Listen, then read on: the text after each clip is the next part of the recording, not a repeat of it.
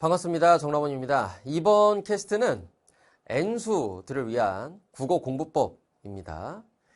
제가 자랑은 아닌데 사수 경험을 했기 때문에 아마도 제일 와닿는 얘기를 해드릴 수 있지 않을까 생각하거든요. 사실 제가 지난해라고 할게요. 수능 끝났으니까.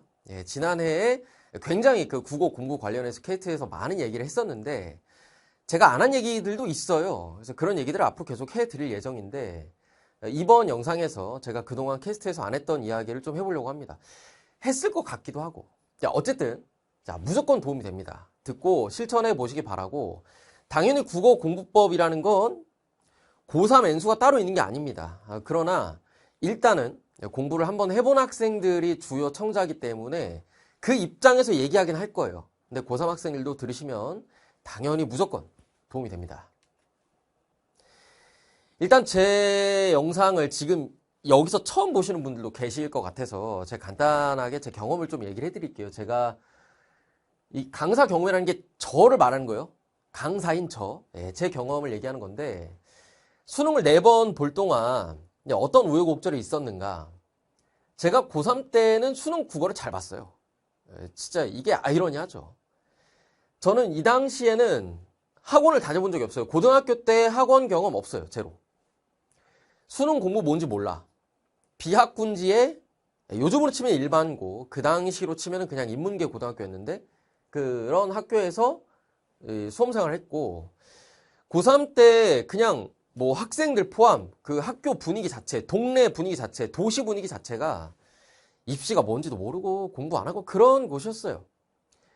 그래서 그 당시에 일화를 조금 들려드리면 고3이 됐어. 근데 뭔가 고3 됐다고 하니까 공부 신용은 내야 될 것 같잖아요. 근데 이거 뭘 어떻게 해야 될지 모르겠는 거야. 근데 학교 선생님이 수능 특강을 사서 풀으래. 그럼 서점에 가요. 애들이랑 같이. 그러면 수능 특강을 사요. 그걸 풀어. 근데 제가 재수, 삼수 이럴 때는 EBS 수능 특강 이런 거 있죠.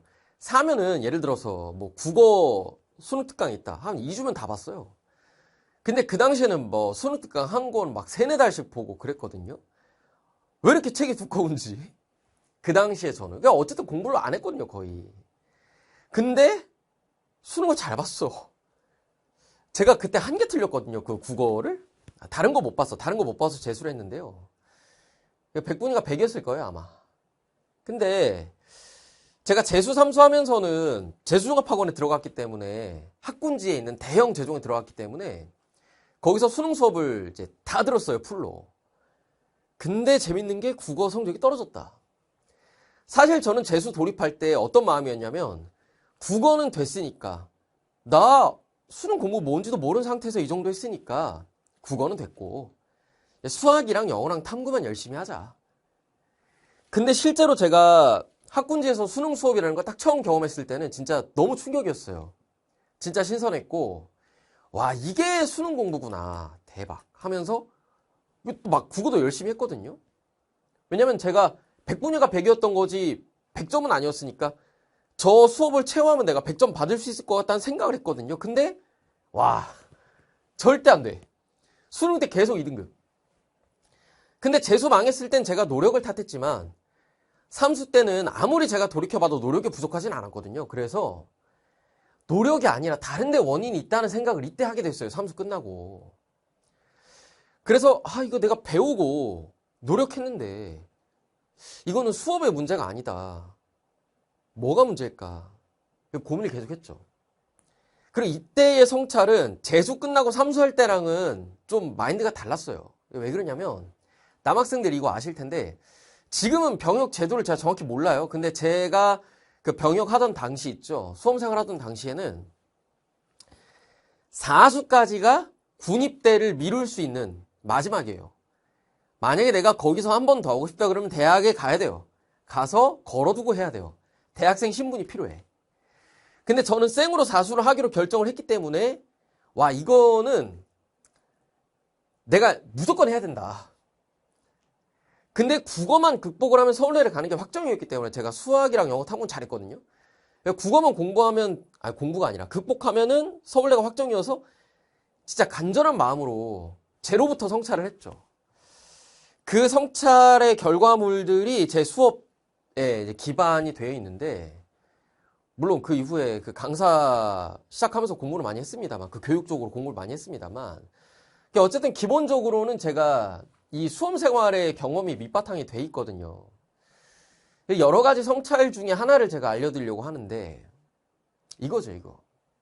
여기 이제 두 가지를 제가 적어놨는데, 하나는 뭐냐면, 수능 수업으로 국어 공부에 입문을 하잖아요. 그러면은 과거 기출을 저평가하게 돼요. 여러분 표현으로 내려치게 한다 그러죠. 학생들이 특히 재수, 그 N수 학생들이 이런 얘기 많이 해요.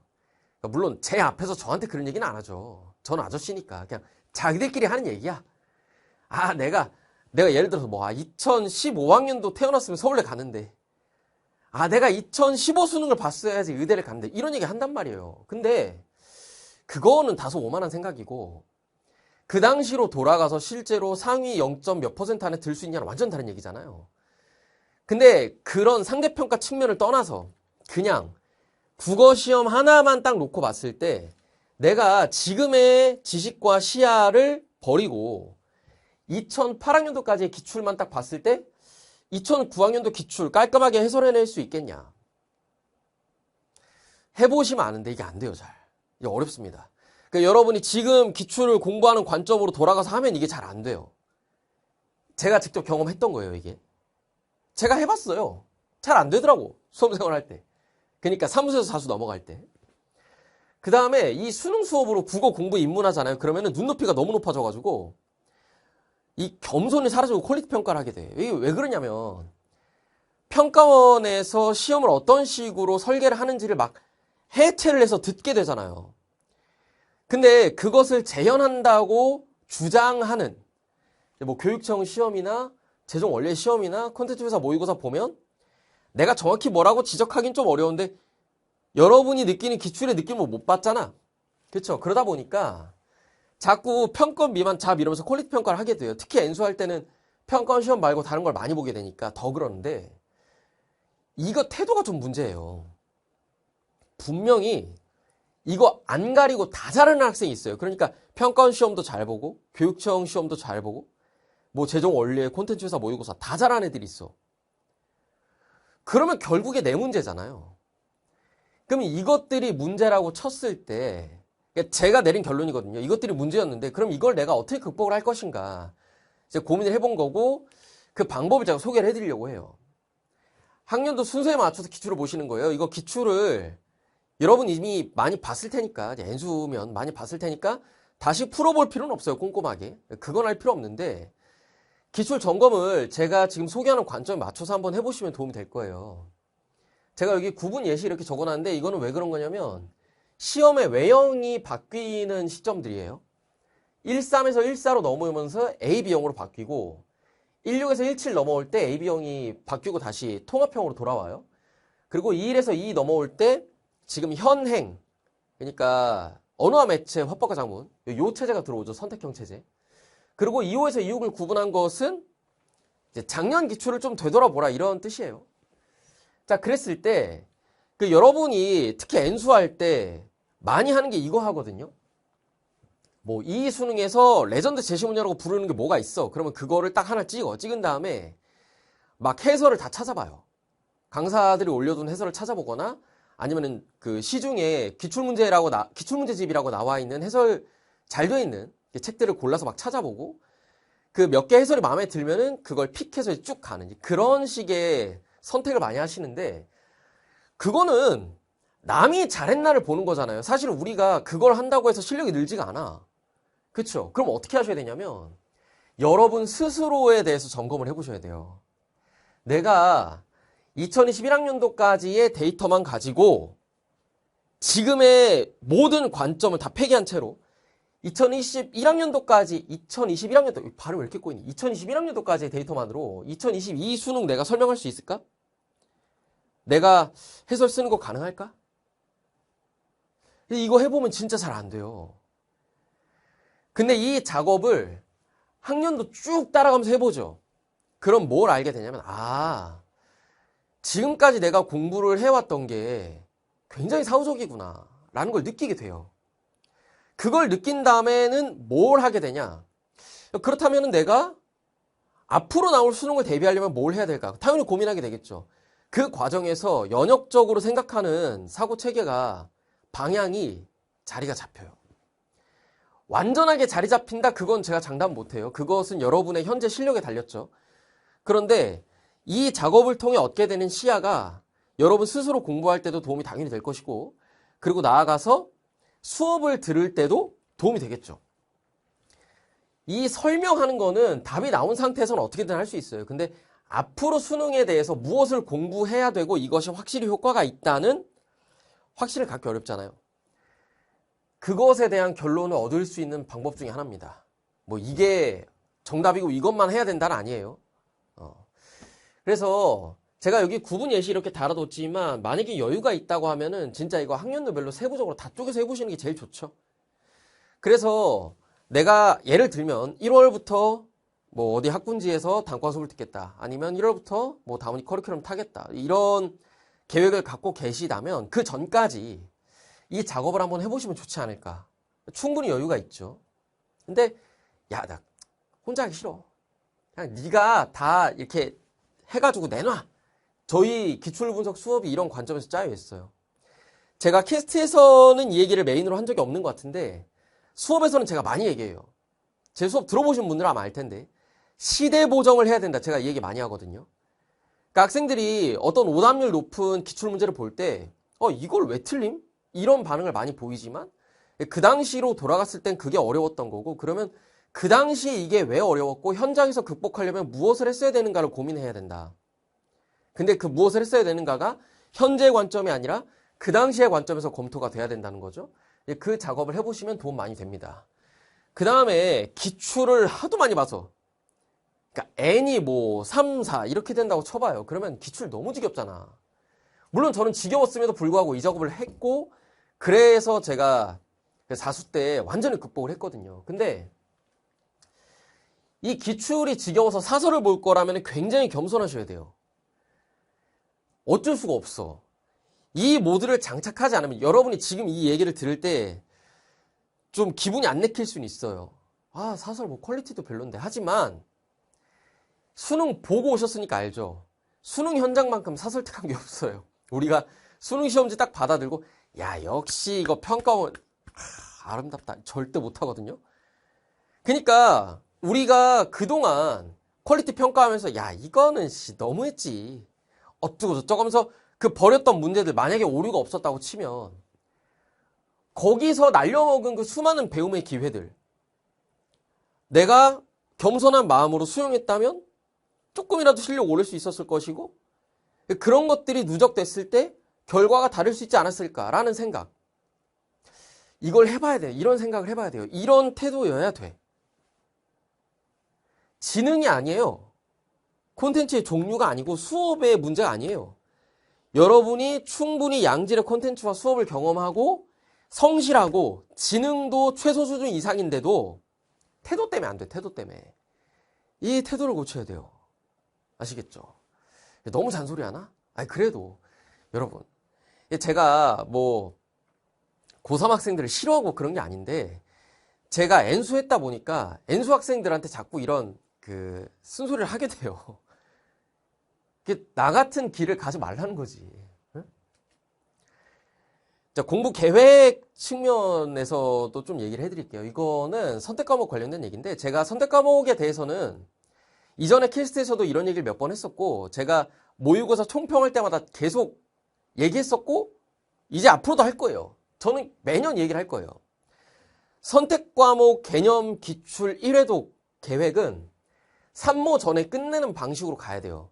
물론 저 개념 기출 1회독을 했다고 해서 수능에 필요한 만큼의 실력이 완성이 된다? 아니죠. 그건 아닌데 어쨌든 여러분이 한 바퀴 완성을 해놔야 그 다음에 남은 기간 동안 발전이라는 게 있어요.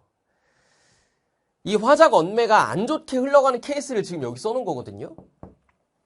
화작의 제일 문제는 뭐냐면 공부를 안 해요. 예, 공부를 안 합니다.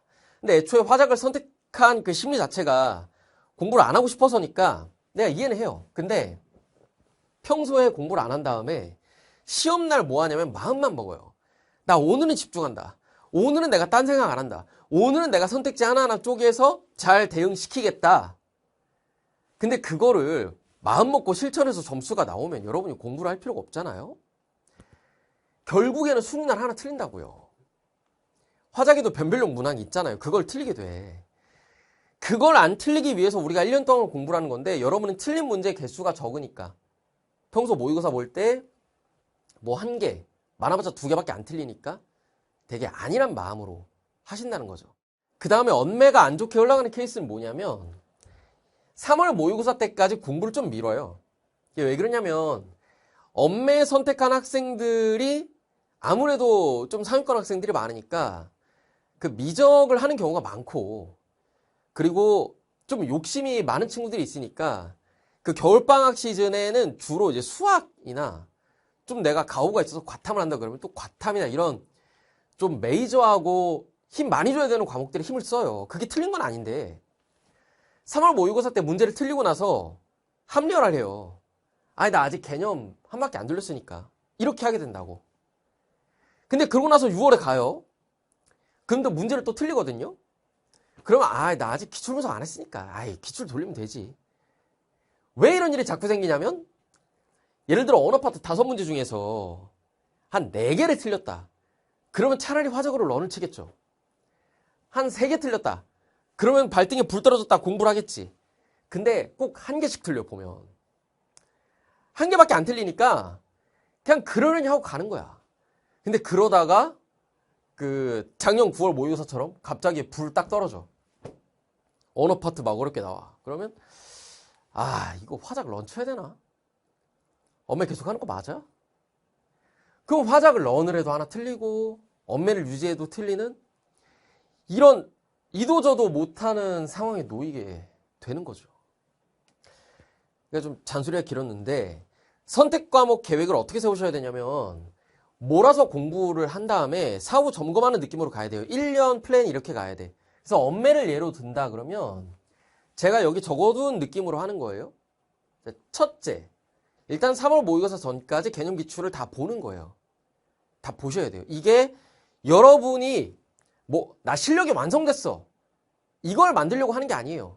그런 게 아니고 일단은 내가 한 바퀴를 돌린 상태로 시험을 보겠다는 거예요. 그렇게 시험을 봐야지 내가 지금 공부한 내용 중에서 구멍 난 게 어디구나 이런 관점에서 점검을 할 수 있게 돼요. 공부를 안 한 상태에서 시험 보면 나 이거 공부 안 했으니까 다음에 공부하면 되겠지. 이렇게 된다고요. 무슨 말인지 이해되죠?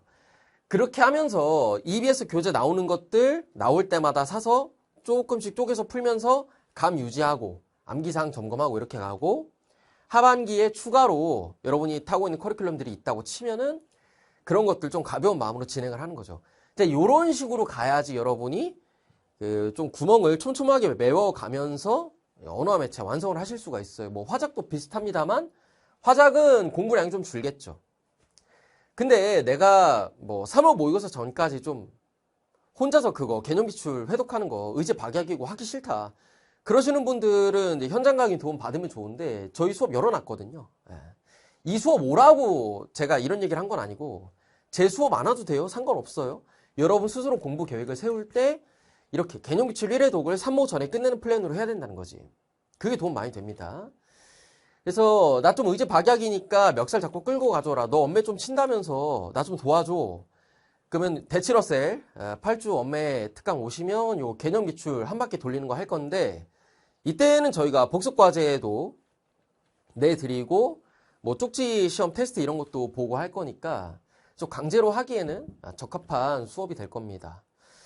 어쨌든 제가 이렇게 N수 관련해서 그 공부 이야기, 국어 공부 이야기 해드렸는데 국어 공부 말고도 사실 할 얘기 많죠. 진짜 또 N수 장인이지 않습니까?